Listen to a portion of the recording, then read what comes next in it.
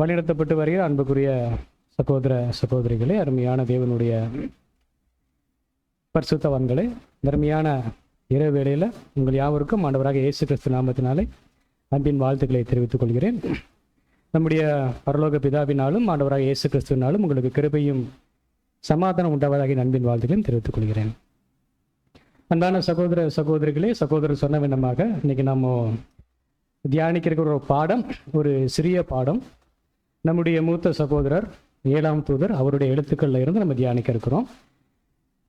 இந்த பாடத்திற்கான தலைப்பு பார்க்கும் பொழுது அவர் தாம் முன்னிருந்த இடத்திற்கு அப்படியே தலைப்பு தான் பிரதர் ரசல் கொடுத்திருக்கிறாரு. இந்த பாடத்திற்கான ஆதார வசனத்தை படிச்சிடலாம். யோவான் 6ஆம் அதிகாரம் 62வது வசனம்.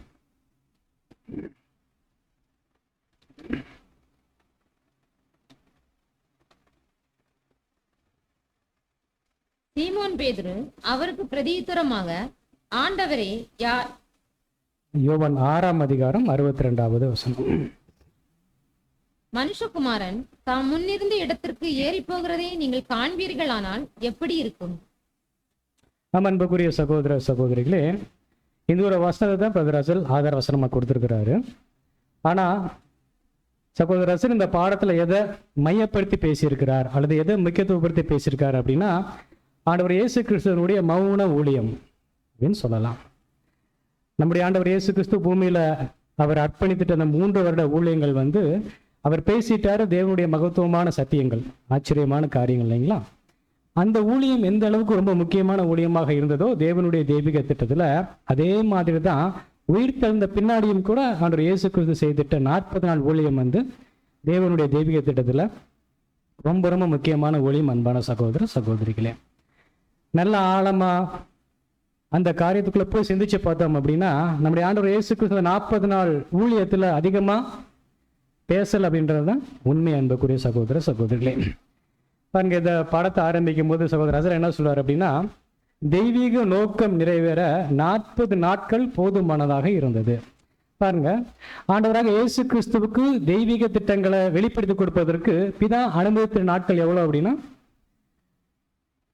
அவர் ஞானஸ்நானம் எடுத்த அந்த நாட்கள், ஞானஸ்நானம் எடுத்து உடன்படிக்கை செஞ்ச அந்த நாட்கள் பார்க்கும் பொழுது 40 நாட்கள் இல்லைங்களா? அவர் வனாந்திரத்தில் போய் ஆச்சரியமான தேவனுடைய சத்தியங்களை கற்றுக்கொண்டார். அதுபோல அவருடைய சீஷர்கள் சில அடிப்படை சத்தியங்களை, அதாவது தேவனுடைய தெய்வீக திட்டங்களை அறிந்து கொள்வதற்கு நம்முடைய பிதாவாகிய தேவன் இயேசு கிறிஸ்துவுக்கு அனுமதித்த நாட்கள் எவ்வளவுதான் அப்படின்னா, அதே 40 நாட்கள். அன்பான சகோதர சகோதரிகளே, அப்ப 40 நாட்கள்னு சொன்னோம்னா கணக்கு போட்டு பார்த்தோம்னா எத்தனை மணி நேரங்கள் வரலாம்?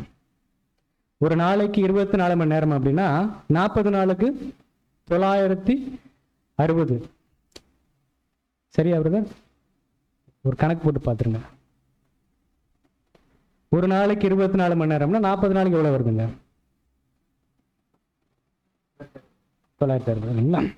அப்ப 960 சொல்லும்போது 60 மணி நேரங்கள் கூட இயேசு கிறிஸ்து என்ன பண்ணிருக்க மாட்டார் அப்படின்னா, சீஷர்கள்ட்ட அதிகமாக உபதேசம் பண்ணியிருக்க வாய்ப்புகள் குறைவு. அன்பான சகோதர சகோதரிகளே, அப்போ ஒருவேளை 60ன்னு சொல்லி கூட நம்ம எடுத்துக்கிட்டோம் அப்படின்னா, மிச்சம் 900 மணி நேரங்கள் இயேசு கிறிஸ்து என்னதான் பண்ணியிருக்காரு அப்படின்னா, மௌனமாக இருந்திருக்கிறார். யார் கூட? பரலோகத்திலையா அப்படின்னா இல்ல, இதே பூமியில இதே சீஷர்கள் கூட உயிர்த்தெழுதலுக்கு முன்பு எப்படி இருந்தாரோ அதே மாதிரி இருந்தாரு. ஆனா யாரும் பார்க்காத விதத்துல கூடவே தான் இருந்தார். அன்புக்குரிய சகோதர சகோதரிகளே, இப்ப பாருங்க, இயேசு கிறிஸ்து கெத்செமனேல இருந்து சிலுவையில தெய்வீக நோக்கத்தை நிறைவேற்றி முடிக்கிற வரைக்கும் இருந்தாரு ஒரு மௌனத்துல, பிதாவின் சித்தம் நிறைவேறுவதற்கு. அதே போலதான் பிதாவாக தேவன் கொடுத்துட்ட அருமையான சீஷர்கள் அவர் இல்லாத நாட்கள்லையும் இந்த பூமியில ஓடி ஜெயிப்பதற்கு, அவர்களை தகுதி உள்ளவர்களாக ஆக்குறதற்கு எப்படிப்பட்ட ஊழியத்தான் இயேசு கிறிஸ்து ஏறெடுத்தார் அப்படின்னா, நீடிய பொறுமையுள்ள மௌன ஊழியத்தை ஏறெடுத்தார். அன்புக்குரிய சகோதர சகோதரிகளே, பதில் சொல்லும் பொழுது இந்த 40 நாள் ஊழியங்கள் சீஷர்களுக்கு இருந்துட்ட எல்லா குழப்பங்களும் முழுமையாக என்ன ஆயிடுச்சு அப்படின்னா கிளியர் ஆயிடுச்சு அப்படின்னு சொல்லி சொல்றாரு. அன்புக்குரிய சகோதர சகோதரிகளே, ஏன்னா சீஷரோட நிலை பார்க்கும் பொழுது ரொம்ப பரிதாபம் இல்லைங்களா? ஏன்னா இயேசு கிறிஸ்து பூமியில இருந்துட்டு 3 வருடங்கள் அவர் மேசியான்னு சொல்லி ஏத்துக்கிட்டவங்களும் உண்டு, இல்ல அவர் மேசியா இல்லைன்னு சொல்லி சொன்ன யூதர்களும் உண்டு. ஆனா சீஷர்கள் அவரை மேசியான்னு சொல்லி நம்பி என்ன பண்ணிருந்தாங்கன்னா அவரை பின்தொடர்ந்து வந்தாங்க. அவர் இஸ்ரேல சீக்கிரமா ராஜ்யத்தை ஆரம்பிச்சிருவார்னு விசுவாசிச்சாங்க. ஆனா நடந்த காரியங்கள் பார்க்கும் பொழுது அப்படியே அவங்க தலையில இடியத்துக்கு போட்ட மாதிரி டோட்டல் ஆப்போசிட். என்ன ஆச்சு அப்படின்னா, நம்பி இருந்த ரட்சகர் என்ன ஆயிட்டாரு அப்படின்னா இல்லாம போயிட்டாரு. மரணத்துக்குள்ள போயிட்டாரு.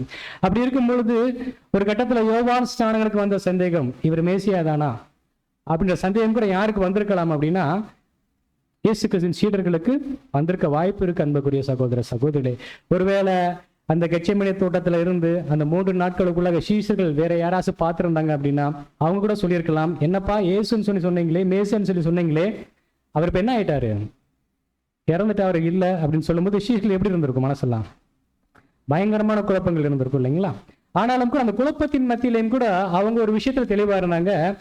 அவர் தேவனுக்கு முன்பதாகவும் மனுஷங்களுக்கு முன்பதாகவும் எப்படி நடந்துட்டார் அப்படின்னா, உண்மை உள்ளவராக, யோக்கியதை உள்ளவராக, வல்லமை உள்ளவராக இருந்தார்ன்ற விஷயத்துல எந்த மாற்று கருத்தும் இல்லைன்றதையும் நம்ம பார்க்கிறோம். அன்பான சகோதர சகோதரிகளும், இப்படியாக குழப்பத்தின் மத்தியில இருந்த அவங்க அந்த குழப்பத்திலிருந்து விடுதலை பெறுவதற்கு தேவன் அனுமதிச்சிட்டார். ஒரு அருமையான 40 நாட்கள் ஊழியம் அவருடைய இயேசு கிறிஸ்துவுக்கு. அன்பான சகோதர சகோதரிகளே, தொடர்ந்து பிரதர் பேசும்பொழுது இந்த 40 நாட்கள் ஊழியத்தை இயேசு கிறிஸ்து எப்படி செஞ்சுட்டார்ன்ற விதம் பார்க்கும் பொழுது ரொம்ப ஆச்சரியமான காரியங்கள் பேசுறாரு. ஏன்னா அப்போஸ்தலர் பவுலுக்கு இயேசு கிறிஸ்து தரிசனம் கொடுத்தாரு. எப்படி இருந்துச்சு அந்த தரிசனம் அப்படின்னா, மகிமையான இயேசு கிறிஸ்து தன்னை வெளிப்படுத்தினார் இல்லைங்களா, ஒரு சொத்து தான். ஆனா அந்த தரிசனத்தை பார்த்த பவுல் என்ன ஆயிட்டாரு அப்படின்னா, பயந்து நடுங்கி கண் பார்வை போயிடுச்சு. இல்லை அந்த மாதிரி சீஷர்களுக்கு அவர் தரிசனம் கொடுத்துட்டாரா அந்த 40 நாட்கள் அப்படின்னு கேட்டா இல்ல, அப்படி கொடுக்கல. அன்பான சகோதர சகோதரிகளே, அப்படின்னா என்ன மாதிரி தரிசனம் கொடுத்துட்டாரு அப்படின்னா, ரொம்ப எளிமையான விதத்துல சாதாரண தூதர்கள் எப்படி மாம்சத்துல வெளிப்பட்டு ஊழியம் செஞ்சுட்டு போவாங்களோ அதே மாதிரி என்ன பண்ணிட்டாரு அப்படின்னா வல்லமையை பயன்படுத்தி ஊழியம் செஞ்சார். அன்பான சகோதர சகோதரிகளே, சில விஷயங்கள் அவங்க பயப்படும்படியாக நடங்கும்படியாக இருந்தாலும் அது அந்த அளவுக்கு அப்போஸ்தலர் பவுலுக்கு கொடுத்த தரிசனம் மாதிரி இல்ல. ரொம்ப ஞானமா சீஷர்களுக்கு ஏற்ற விதத்துல இயேசு கிறிஸ்து என்ன பண்ணியிருக்காரு அப்படின்னா தன்னை வெளிப்படுத்தி சத்தியங்கள் சொல்லியிருக்கிறார். அன்பான சகோதர சகோதரிகளே, ஒருவேளை அப்போஸ்தலர் பவுலுக்கு தரிசனம் கொடுத்த மாதிரி சீஷருக்கு தரிசனம் கொடுத்திருந்தார் அப்படின்னா நிச்சயமாக என்ன பண்ணியிருப்பாங்க அப்படின்னா, சீஷர்கள் ஏற்கனவே குழப்பத்தின் மத்தியில் இருக்கிறாங்க. இந்த மாதிரி இயேசு தரிசனம் கொடுத்திருந்தாங்கன்னா நிச்சயமா அது அவங்களோட பக்தி விருத்திக்கு ஏதுவாக இருந்திருக்காது. மாறாக ரொம்ப பயந்த சூழ்நிலைகளை தான் போயிருக்க வாய்ப்புகள் இருக்குது. அன்பான சகோதர சகோதரிகளே, தொடர்ந்து பிரதர் என்ன சொல்றாரு அப்படின்னா, அந்த 40 நாள் ஊழியம் சீஷர்கள் எப்பேற்பட்ட ஒரு பாடத்தை கற்றுக் கொடுத்துச்சு அப்படின்னா, தங்களுடைய கர்த்தர் இனி ஒருபோதும் மரித்தவர் அல்ல, அவர் உயிரோடு தான் இருக்கிறார். அவர் இனி முன்பு போல மனித ஜீவியாக இல்லை, மாறாக ஆவிக்குரிய ஜீவியாக தேவதூதர்களைப் போல காற்றை போல வரலாம் போகலாம் மற்றும் விரும்பினால் தோன்றலாம் மறையலாம் என்பதை படிப்படியாக கற்றுக்கொண்டார்கள்னு சொல்றார். அன்புக்குரிய சகோதர சகோதரிகளே, 3 வருஷம் இயேசு கிறிஸ்து மாம்சத்துல சீஷர்களோடு கூட இருந்த மாதிரி இனி கர்த்தர் இயேசு நம்மோடு இருக்க மாட்டார் அப்படின்ற விஷயத்த சீஷர்கள் கிளியரா அண்டர்ஸ்டாண்ட் பண்ணிட்டாங்க இந்த 40 நாட்கள்ல அப்படின்னு சகோதர அசல் சொல்றாரு. உண்மைதான் இல்லைங்களா? ஏன்னா சீஷர்களுடைய அனுபவம் பார்க்கும் பொழுது கடைசி நேரத்துல இயேசு கிறிஸ்து பரமேறி போகும் பொழுது அப்ப கூட ஒரு கேள்வி கேட்கிறாங்க, இக்காலத்துல ராஜ்யத்தை இஸ்ரேலுக்கு தருவீர்னு கேட்கிறாங்க. ஆனா அதற்கான சில விஷயங்களை இயேசு கிறிஸ்து பேசுறாரு. பேசிட்டு பரலோகம் போறதையும் பார்க்கறாங்க. அதற்கு பின்பதாக வார்த்தைகள் பார்க்கும் பொழுது லூக்கா 24ஆம் அதிகாரம் வசனங்கள் படிகள். லூக்கா 24:52 வசனம் நினைக்கிறேன்.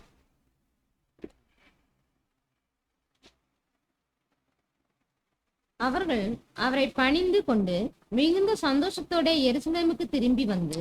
அன்பான சகோதர சகோதரிகளே, இந்த வசனத்தை ரொம்ப ஆள் தியானிச்சு அப்படின்னா பாருங்க, அவர்கள் அவரை பணிந்து கொண்டு கொஞ்சம் கொஞ்சமா தங்களை விட்டு என்ன ஆயிட்டு இருக்கிற இயேசு கிறிஸ்து மறைஞ்சிட்டு இருக்கிறாரு. ஒரு கட்டத்துல அவரை பார்க்க முடியல, போயிட்டார் இல்லைங்களா? பட் சீஷர்கள் மனநிலை அப்படி எப்படி இருந்துச்சு அப்படின்னா, அவரை பணிந்து கொண்டு மிகுந்த சந்தோஷத்தோட எருசலேமுக்கு திரும்பி வந்தாங்களாம். பாருங்க, ரட்சகர் இல்ல, இனி கூட இருக்க போறதும் கிடையாது.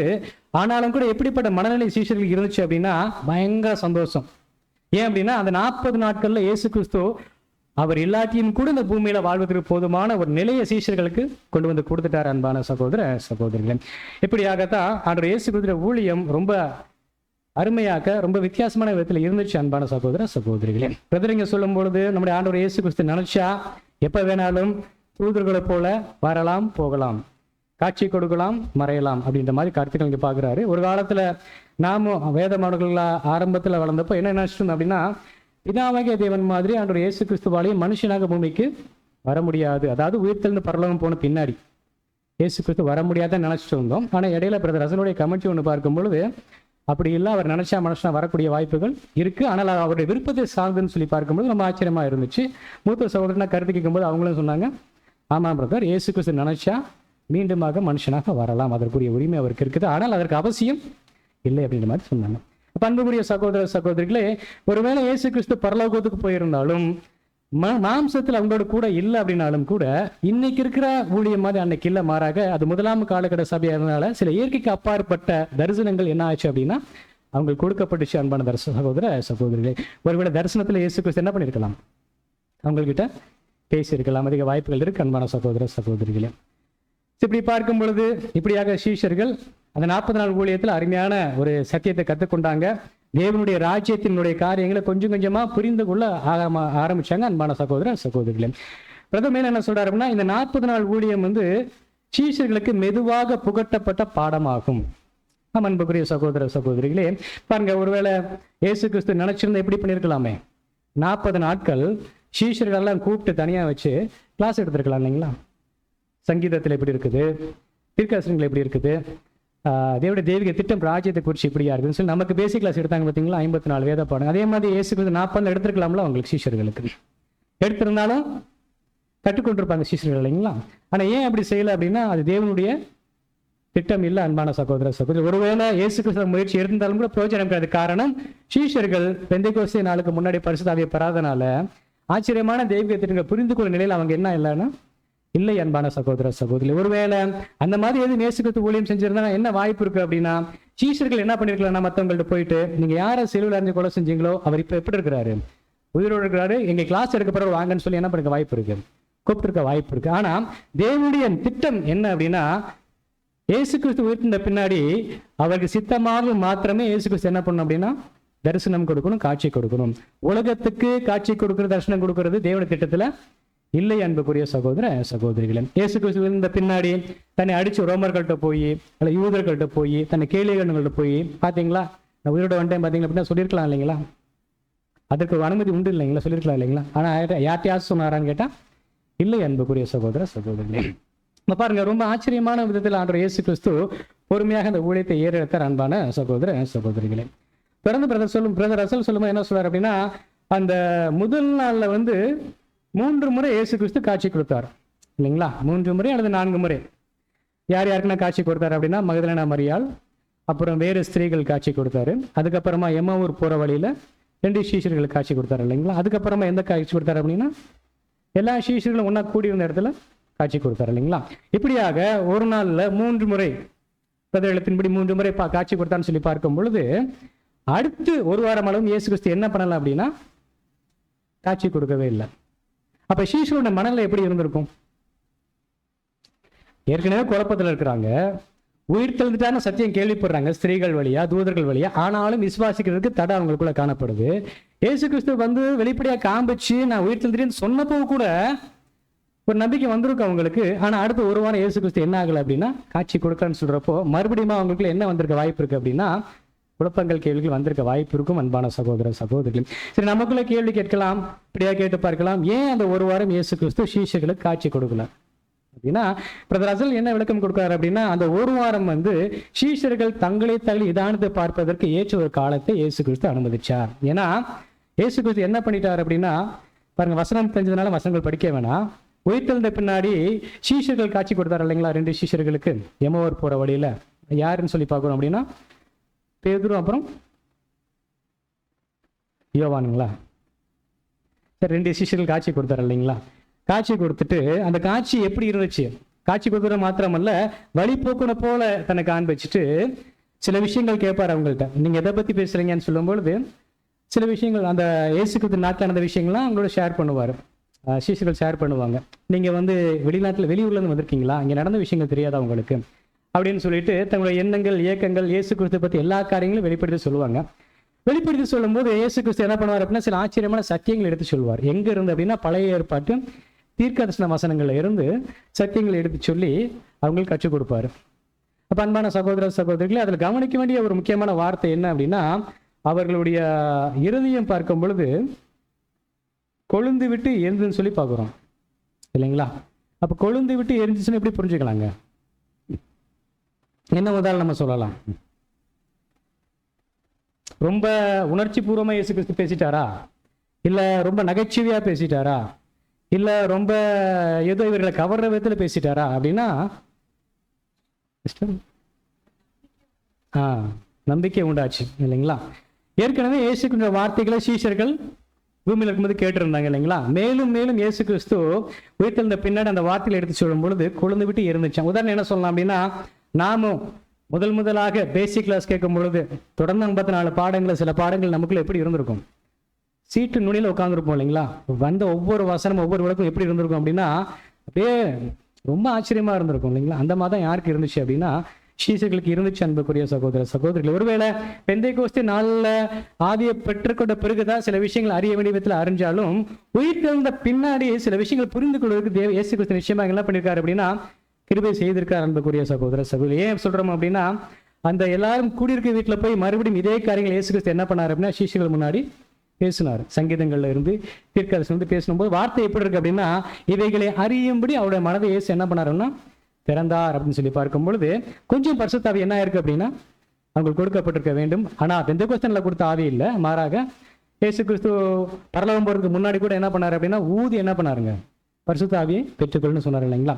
அந்த மாதிரி கொஞ்சம் புரிஞ்சு கொடு கிருபை கொடுத்திருக்கலாம். அந்த மாதிரி பார்க்கும் பொழுது இந்த 2 அனுபவங்கள் எமாவூர் போற வழியில சீஷர்கள் பெற்றுக்கொண்ட சத்தியங்கள் இயேசு கிறிஸ்துல இருந்து, அது மாத்திரமல்ல சீஷர்களெல்லாம் ஒரு ரூமுக்குள்ள கூடியிருந்த பொழுது இயேசு கிறிஸ்து வெளிப்பட்டு அங்க சொல்லிட்ட சில சத்தியங்கள், இதெல்லாம் அந்த ஒரு வாரம் அளவும் சீஷர்கள் தங்களுக்குள்ள இதாட்சி பார்ப்பதற்கு கேட்டுக்கொள்வதற்கு ஏதுவான காரியங்களாக இருந்துச்சு. அன்பான சகோதர சகோதரி, அதோட எழுத்துக்கள் பார்க்கும் பொழுது அந்த ஒரு வார கேப் அப்படின்றது இயேசு கிறிஸ்து மறுபடியும் சொல்லிட்டு ஆச்சரியமான சத்தியங்களை சிந்திச்சு பார்ப்பதற்கு நிதானித்து பார்ப்பதற்கு அவங்க ஏற்கனவே நம்பிட்டு இருந்த ராஜ்யம் காரியங்கள் தவறு என்பதை உணர்ந்து கொள்வதற்கு போதுமானதாக இருந்துச்சு. அன்பான சகோதர சகோதரிகளே, இப்படித்தான் இந்த ஆச்சரியமான ஒரு காரியம் அந்த நாட்கள் நடந்துச்சு. அன்பான சகோதர சகோதரிகளே, மேலும் என்ன சொல்றாரு அப்படின்னா இந்த ஒரு வார இடைவெளி இயேசுவை பற்றின அறிவிற்கான அவர்களது பசியை தாகத்தை தூண்டினது அப்படின்னு சொல்லி பிரதர் சொல்றார்.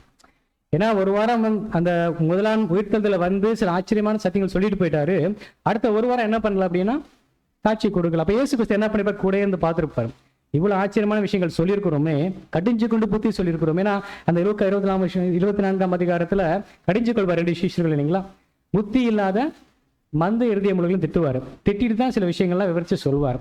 அப்போ இந்த விஷயங்கள் சீஷர்கள் உண்மையிலேயே தியானிக்கிறாங்களா, சிந்திக்கிறாங்களா, என்ன விசுவாசிக்கிறாங்களா, அவங்க மனநிலை எப்படி இருக்கு, இதெல்லாம் கூடவே இருந்து ஆனா எந்த வார்த்தையும் பேசாம இயேசு கிறிஸ்து பார்த்திருக்கிறார். அன்பான சகோதர சகோதரிகள், ஆனா படிப்படியாக தேவனுடைய கிருபையால சீஷர்கள் என்ன பண்ண ஆரம்பிச்சிருக்காங்க அப்படின்னா சிந்திச்சு பார்க்க ஆரம்பிச்சிருக்காங்க. அன்பான சகோதர சகோதரிகள்,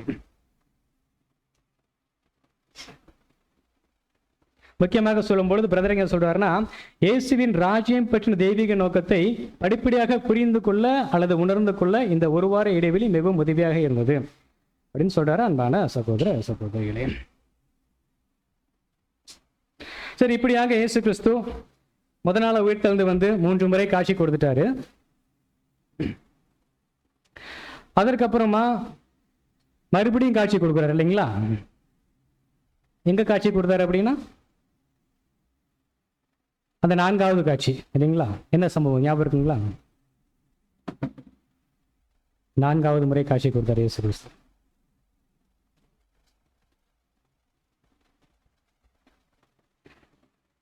ஆமா, அப்படி காட்சி கொடுக்கும்போது அன்பான சகோதர சகோதரிகளே, அப்படி காட்சி கொடுத்துட்டு அடுத்த 2 வாரங்கள் என்ன ஆயிட்டாரு அப்படின்னா தொடர்ந்து வரவே இல்லை. இப்ப பாருங்க அன்புக்குரிய சகோதர சகோதரிகளே, அப்ப இயேசு கிறிஸ்து எப்படிப்பட்ட ஊழியம் ஏற்படுத்திருக்காரு அப்படின்னா நிறைய விஷயங்கள் அவங்கள்ட்ட பேசுறதுக்கு இயேசு விரும்பல, மாறாக அவங்க தங்களை தாங்களே இதானிச்சு படிப்படியா விசுவாசத்தில் வளர்றதற்கு அவங்களுக்கு டைம் கொடுத்திருக்கிறார். அன்பான சகோதர சகோதரிகளே, ஒருவேளை அவங்களுக்கு கேள்வி இருந்திருக்கும், வராரு போறாரு என்ன அப்படின்ற ஒரு கேள்வி இருந்திருக்கும். ஆனாலும் கூட தேவனுடைய கிருபையினால படிப்படியாக இயேசு கிறிஸ்துவின் ஆவிக்குரிய ஜீவின் நிலையை என்ன பண்ண ஆரம்பிச்சாங்க அப்படின்னா உணர ஆரம்பிச்சிருக்கிறாங்க.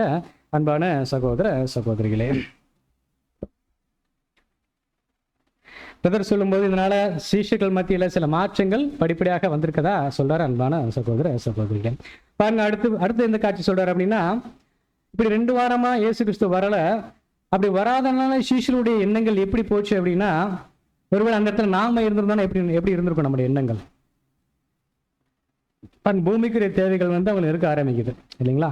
ஒரு விதத்துல ஆவிக்குரிய தேவைகள் கிடைக்குது, குழப்பங்கள் நீங்குது, சந்தேகங்கள் தெளிவாகுது.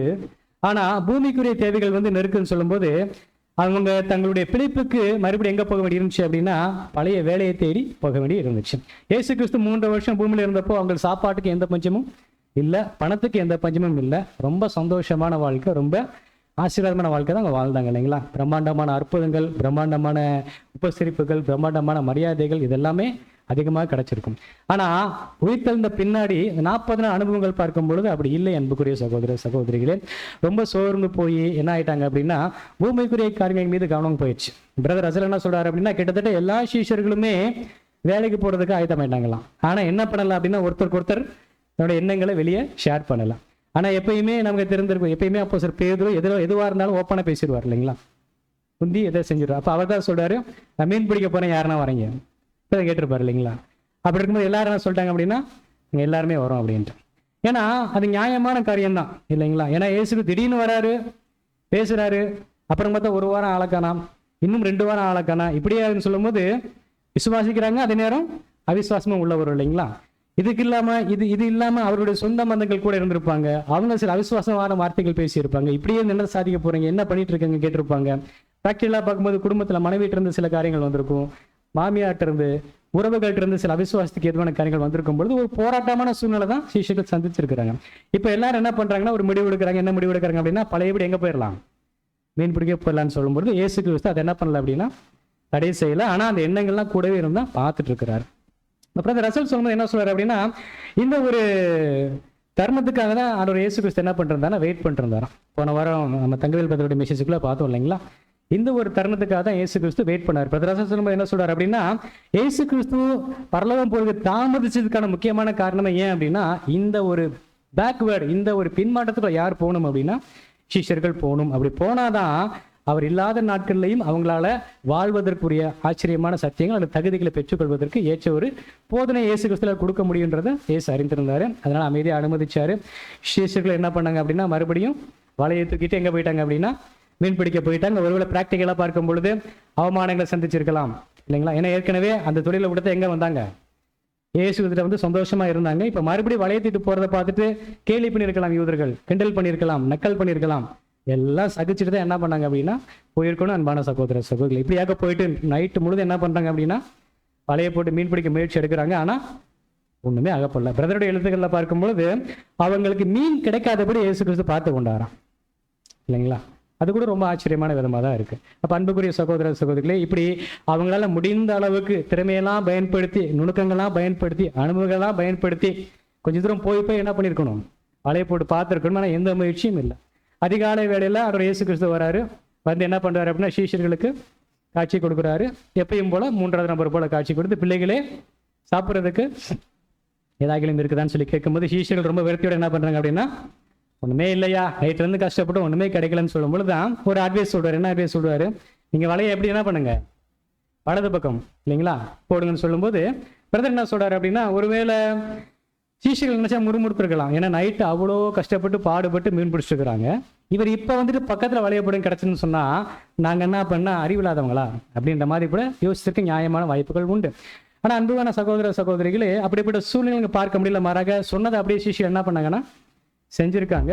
செஞ்ச உடனே ஒரு ஆச்சரியமான சம்பவத்தை பார்த்தாங்க. என்ன அப்படின்னா வலை நிறைய பெரிய பெரிய மீன்கள் கிடைச்சிருக்குன்னு சொல்லும்போது சீஷருடைய மனசுக்குள்ள என்ன ஆரம்பிச்சிருக்கும் அப்படின்னா இது ஏற்கனவே பரிச்சயமான ஒரு சம்பவம் இல்லைங்களா. இந்த சம்பவத்தின் மூலமா தான் இயேசு கிறிஸ்துவை அவங்க அறியறதுக்கான வாய்ப்பு கிடைச்சு.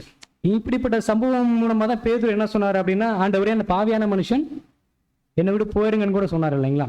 அப்ப இதே சம்பவம் மறுபடியும் நடக்கும்போது யார் ஃபர்ஸ்ட் இதை கண்டு கொண்டா அப்படின்னா ஃபர்ஸ்ட்னு சொல்ல முடியாது, ஆனா வாயை திறந்து யார் முதல்ல அறிக்கை செஞ்சா அப்படின்னா அப்போஸ்தலன் யோவான் இல்லைங்களா.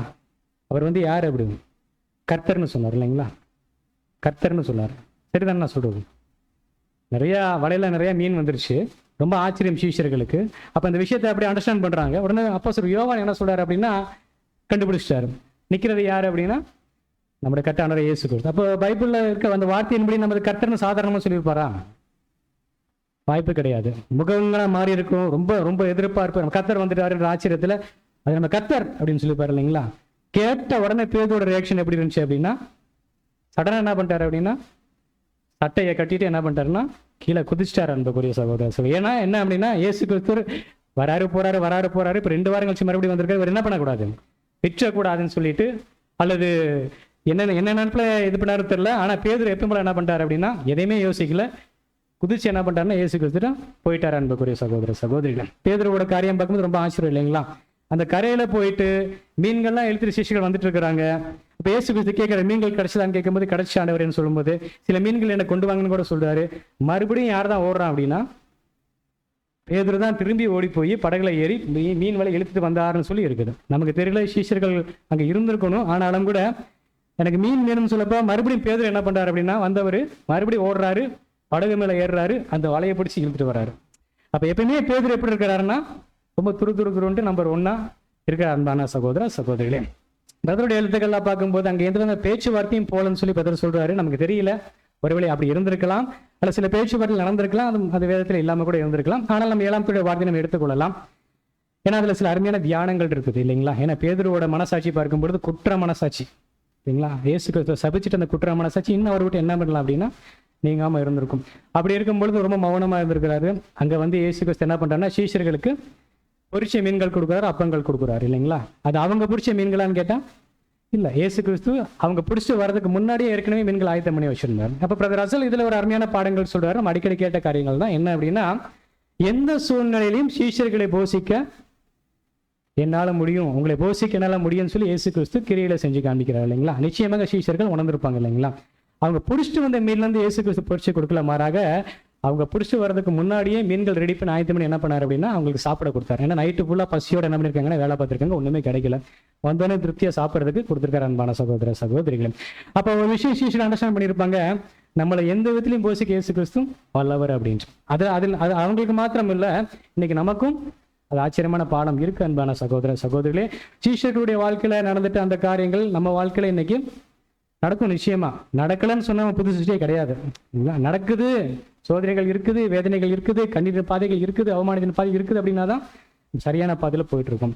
அப்ப எந்த ஒரு சூழ்நிலையிலும் யார் நம்மளை கைவிட்டாலும் இல்ல தனியாருக்கு மாதிரி சூழல் இருந்தாலும் கூடவே யார் இருக்கிறா அப்படின்னா இயேசு கிறிஸ்து இருக்கிறார் அன்பான சகோதர சகோதரிகளே. அன்னைக்கு சீஷர்கள் கிட்ட தன்னை வெளிப்படுத்தல இயேசு கிறிஸ்து அநேக நேரங்கள் வெளிப்படுத்தவரை இருந்துட்டாரு. இன்னைக்கு நம்மளோட நிலையும் அதுதான் இல்லைங்களா? சில நேரங்கள் ரொம்ப ஆசையா இருக்கும், ஏதாவது ஒரு பரம தரிசனம் கிடைச்சு நல்லா இருக்குமே, தாவிக்குரிய பழு உச்சாம ஓடுறதுக்கு இல்லைங்களா? பவுல் அவ்வளோ பெரிய தரிசனத்தை பார்த்தாரு, அதனால ஓடினாரு. நமக்கும் ஏதாவது சின்னதை கிடைச்சி அப்படின்னா ரொம்ப தைரியமா ஓடலாமேன்ற எண்ணங்கள்லாம் வரும். ஆனா இந்த காலங்கள் அப்படிப்பட்ட காலங்களாக தேவன் வைக்கவில்லை. இது மாறாக தரிசித்து நடக்காமல் மாறாக விசுவாசத்து நடக்கிற ஒரு அருமையான ஒரு காலப்பகுதியை தேவன் வைத்திருக்கிற அன்பான சகோதர சகோதரிகளை. இப்படியாக அந்த அருமையான சம்பவத்தின் மூலமாக அருமையான பாடத்தை இயேசு கிறிஸ்து உபதேசம் பண்ணாமலே செஞ்சு காமிச்சார். எந்த சூழ்நிலையும் உங்களால போஷிக்க முடியுன்ற விஷயத்த சொல்லி காமிச்சார். பாருங்க, மௌனமா இருந்து 1 வாரம் 2 வாரம் வராம இருந்து அடுத்து வந்து அவர் போதிக்கிற காரியங்கள் செய்கிற கிரைகள் சீஷர்களுடைய வாழ்க்கையில ஒரு பலனை கொடுத்துச்சு, அருமையான பாடத்தை குறிச்சு அன்பான சகோதர சகோதரன். இந்த அருமையான ஊழியம் பார்க்கும்போது இந்த 40 நாள் ஊழியத்தை தனிப்பட்ட முறையில் நம்ம உட்கார்ந்து அடிமையா தியானிக்கும் பொழுதுதான் தேவனுடைய தெய்வீக திட்டம் எப்படி இருந்துச்சு. ஏன்னா உன் நினைவுகள் வேறு என் நினைவுகள் வேறு தேவன் சொல்லியிருக்காரு இல்லைங்களா? அப்படித்தான் தேவனுடைய அந்த 40 நாள் ஊழியங்கள் அருமையா இயேசு கிறிஸ்து அனுமதிச்சிருந்தாரு. இந்த 40 நாள் ஊழியங்களையும் இயேசு கிறிஸ்து ரொம்ப நீடிய பொறுமை உள்ளவரா, ரொம்ப அன்புள்ளவரா, சிஷ்யர்கள் கூடவே இருந்து பண்ணியிருக்கிற விஷயங்கள் பார்க்கும்போது ரொம்ப பிரமிப்பா இருக்குது. எந்த சூழ்நிலையும் சீஷர்களை அன்பு செய்யற அந்த மாபெரும் உள்ளம் தான் இன்னைக்கு நம்மளையும் அன்பு கூர்ந்து அந்த அருமையான வாய்ப்புக்குள்ள கொண்டு வந்திருக்கு அன்பான சகோதர சகோதரிகளே. இப்படியாக அந்த அருமையான காட்சிகளின் மூலமாக சீஷர்கள் ஒரு பாடத்தை கற்றுக்கொண்டாங்க. அதே மாதிரி நாமளும் அருமையான பாடங்களை கற்றுக்கொண்டிருக்கிறோம் அருமையான சகோதர சகோதரிகளே.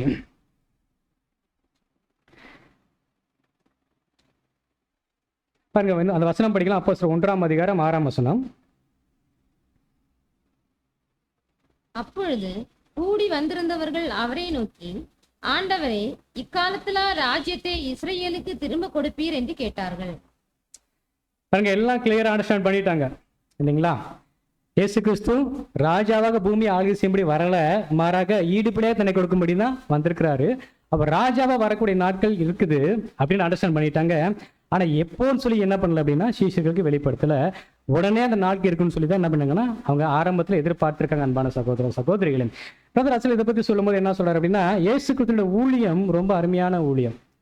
ஏன்னா 19 நூற்றாண்டுகள் ஆகும்னு சொல்லியிருந்தாருன்னா நிச்சயம் என்ன ஆயிருக்கும் அப்படின்னா சீஷர்களுக்கு சோர்வு இருந்திருக்கும் இல்லைங்களா? ஒருவேளை வேதமாக நம்ம அவ்வப்போது சில தீர்க்கதரிசனங்களை எதிர்பார்த்து காத்து உட்காந்துருப்போம் இல்லைங்களா? தேவன் பட்டுன்னு போட்டு உடச்சான்னு வச்சுங்களேன், இவ்வளோ வருஷங்கள் ஆகும்பா ரொம்ப அவசரப்படான்னு சொல்லிட்டாருன்னா நமக்குள்ள எப்படி வந்துடும் அப்படின்னா, மனசு ஒரு சோர்வுன்னு சொல்கிறத விட எப்படின்னா, எப்படி சொல்லலாம் அப்படின்னா, ஒரு வெதுவெதுப்பான ஒரு தன்மை, அவ்வளோ நாள் இருக்குல்ல அப்படின்ட்டு பாருங்க. அதனால தான் ஏற்ற காலங்களில் ஏற்ற காரியங்களே இயேசு கிறிஸ்துவும் தேவனும் செய்வங்களாம் இருக்காங்க அன்புக்குரிய சகோதர சகோதரி. அப்போ தேவனுடைய அந்த 2ஆம் வருகை நாட்கள் ஒருவேளை அந்த நாட்கள் இயேசு கிறிஸ்துக்கு எந்த அளவுக்கு வெளிப்படுத்தப்பட்டிருந்து நமக்கு தெரியல. ஆனாலும் கூட இயேசு கிறிஸ்து ரொம்ப ஞானமாக நடந்துக்கிட்டாரு.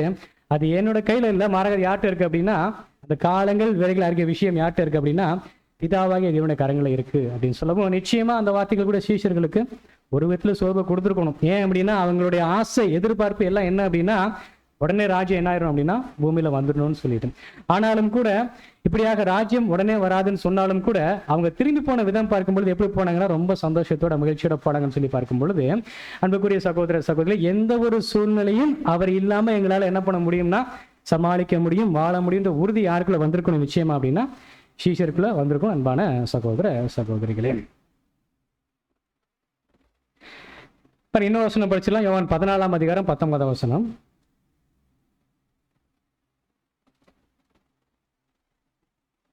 அவர்களும் சத்தியத்தினாலே பரிசுத்தமாக்கப்பட்டவர்கள் ஆகும். 14:19 14.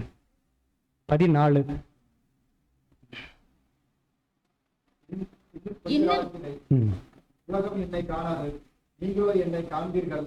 நான் பிழைக்கிறபடியினால் நீங்கள் பிழைத்தீர்கள். ஆமா அன்பான சகோதர சகோதரி, நம்ம கொஞ்ச நேரம் மட்டும் பார்த்த மாதிரி தான் நம்முடைய அன்பு ரட்சகர் சொன்ன மாதிரியே அவர் உயிர்த்தெழுந்த பின்னாடி உலகத்துக்கு என்ன பண்ணல அப்படின்னா தன்னை வெளிப்படுத்தவில்லை. அன்பான சகோதர சகோதரிகளே, உலகத்துக்கு வெளிப்படுத்த ஒரு காலம் எப்போ அப்படின்னா வச்சிருக்காருங்க அப்படின்னா ராஜ்யத்தில் அந்த காலங்கள் வச்சிருக்கிறாரு.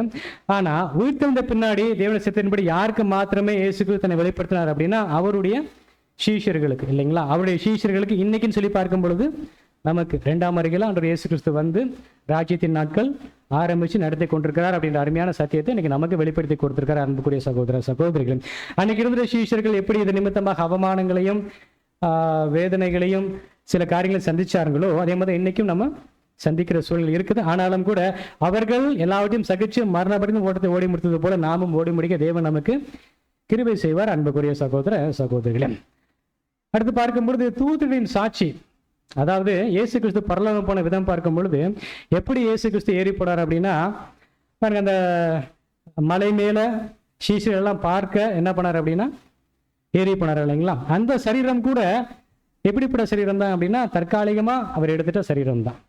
அவர் மறைய மறைய மறைய மறைய அந்த சரீரத்துல மேல போயிருக்க மாட்டாரு, மாறாக அந்த சரீரம் அதுக்கு பிறகு தேவை கிடையாது. ஏன்னா சீஷர்கள் அவர் மேல போறத பார்க்கணும், அதான் விஷயம். அப்ப அந்த அளவுக்கு அந்த காரியங்கள் நடந்துச்சு. இப்ப தூதர்கள் என்ன சொல்றாங்க அப்படின்னா, கலிலேயா மனுஷரே அவர் எப்படி வானத்துக்கு ஏறி போனவரோ அப்படியே மறுபடியும் திரும்பி வருவார்னு சொல்லும் பொழுது இதுல பாருங்க 2 விதமான அர்த்தங்கள் இருக்குது. என்னன்னா, இவங்க பாக்குற மாதிரி ஏறி போனாரு, பார்க்குற மாதிரி திரும்பி வருவார் அப்படின்ற அர்த்தமும் இருக்குது. அதே நேரத்தில் உலகத்துக்கு தெரியாம இவர்களுக்கு மாத்திரம் தெரிகிற மாதிரி ஏறி போனாரு, அதே மாதிரி உலகத்துக்கு தெரியாம சில குறிப்பிட்ட வகுப்பாருக்கு மாதிரி தெரிகிற மாதிரி மறுபடியும் வருவார் அப்படின்ற சத்தியமும் இருக்குது. பெயர் சபையினர் முதலாவது கருத்தை எடுத்துக்கிட்டாங்க. என்ன அப்படின்னா, எப்படி சீஷர்கள் மனுஷங்கள் பார்க்க மேலே போனவர் அப்படியே மனுஷங்கள் பார்க்க கீழே வருவார், அப்படியே அந்த வார்த்தை சொல்லத்தமா எடுத்துக்கிட்டாங்க. ஆனால் பிரதருடைய எழுத்துக்களில் பார்க்கும்போது அப்படி அல்லன்னு சொல்லி பிரதர் சொல்லுவார். ஏன்னா அப்படி தேவனுடைய தெய்வீக திட்டம் கிடையாது. மாறாக எப்படி போனார் அப்படின்னா உலகத்துக்கு தன்னை இயேசு கிறிஸ்து வெளிப்படுத்தல, மாறாக சில குறிப்பிட்ட நபர்களுக்கு மாத்திரம் வெளிப்படுத்தினாரு. அவர்கள் பார்க்க மாத்திரமே எப்படி போனாரோ அப்படியே அதே வகுப்பார் பார்க்க மாத்திரமே இயேசு கிறிஸ்து திரும்பி வருவார். அப்ப நாமளும் சொல்லத்தமா இயேசு கிறிஸ்து பார்க்குறோமா அன்னைக்கு அப்படின்னா இல்லை. அன்புக்குரிய சகோதர சகோதரிகளே, அவருடைய பரிசுத்த வேதத்தில இருந்து அவருடைய தெய்வீக சத்தியங்கள் பார்த்து கொண்டிருக்கிறோம் அன்பான சகோதர சகோதரிகளே. அப்ப அன்புக்குரிய சகோதர சகோதரி, இன்னைக்கு பாடம் ரொம்ப எளிமையான பாடம் தான், சுருக்கமான பாடம் தான். ஏன்னா சகோதரர் நேற்றா நம்மளுக்கு சொன்னார், இந்த மாதிரி வாய்ப்புகள் குறைவாக இருக்கு, ஒரு சப்ஜெக்ட் எடுத்துக்கணும்னு சொல்லிட்டு நேரம் போதாக நிலையிலும் கூட இப்படிப்பட்ட ஒரு வாய்ப்புகளை எடுத்துக்கொண்டு இந்த ஆச்சரியமான விஷயங்களை தியானிச்சு ஆண்டவர் இயேசு கிறிஸ்துவின் ஆச்சரியமான ஊழியம் அதை சிந்தித்து பார்ப்பதற்கு ரொம்ப ஆசீர்வாதமாக இருந்துச்சு. நீங்களும் கூட தனிப்பட்ட விதத்தில் அந்த 40 நாள் ஊழியங்களை சிந்திச்சு பார்க்கும் பொழுது இயேசு கிறிஸ்துவின் அந்த ஆச்சரியமான பொறுமை, அவருடைய அந்த ஆச்சரியமான அன்பின் ஆழத்தை இன்னும் அதிகமாக தியானிக்க முடியும். அன்புக்குரிய சகோதர சகோதரிகளே, சிஷ்யர்களோடு கூடவே இருந்து அவங்களை வழிநடத்தி இன்னைக்கு அவங்கள பரலோகத்துக்கு எடுத்துக்கொண்டு அவங்களோடு கூட ஆளுகை செய்து கொண்டிருக்கிற ஆண்டவராக இயேசு கிறிஸ்து நம்மளை மலைச்சிருக்கிறாரு, நம்மளை வழிநடத்த வல்லவராக இருக்கிறாரு. ஒருவேளை நம்முடைய அனுபவங்கள் வெவ்வேறு விதங்கள்ல இருக்கலாம், நம்முடைய வாழ்க்கை முறைகள் வெவ்வேறு விதங்கள்ல இருக்கலாம், அவமானங்கள், கேள்விகள், வாழ்க்கை முறை எக்லீஷியால பல்வேறு சூழல்கள் இருக்கலாம், ஆனால் அழைத்தவர் மரணம் பரியந்தம் நம்மளை கைவிட மாட்டார் என் நம்பிக்கையோடு கூட தொடர்ந்து இந்த ஓட்டத்தில் ஓடுவதற்கான முயற்சிகள் நம்ம எடுக்கும் பொழுது நிச்சயமாக நம்மை பலப்படுத்தி திடப்படுத்தி இந்த ஓட்டத்தில் ஓடுவதற்கு இப்பையும் நம்ம கூடவே இருந்து ஆனாலும் தன்னை வெளிப்படுத்தாமல் ஆவிக்குரிய விடங்களை தன்னை வெளிப்படுத்தி நம்ம வழிநடத்தி கொண்டு வருகிற இயேசு கிறிஸ்து நமக்கு போதுமானவராக இருக்கிறார் அன்பான சகோதர சகோதரி. இப்படியாக இந்த அருமையான வார்த்தைகள் உங்களோடு பகிர்ந்து கொள்வதற்கு வாய்ப்பு கொடுத்துட்டு அருமையான தேவனுக்கும் மற்றும் இயேசு கிறிஸ்துக்கும் சபையாருக்கும் கூட நன்றிகளை எடுத்துக்கொள்கிறோம்.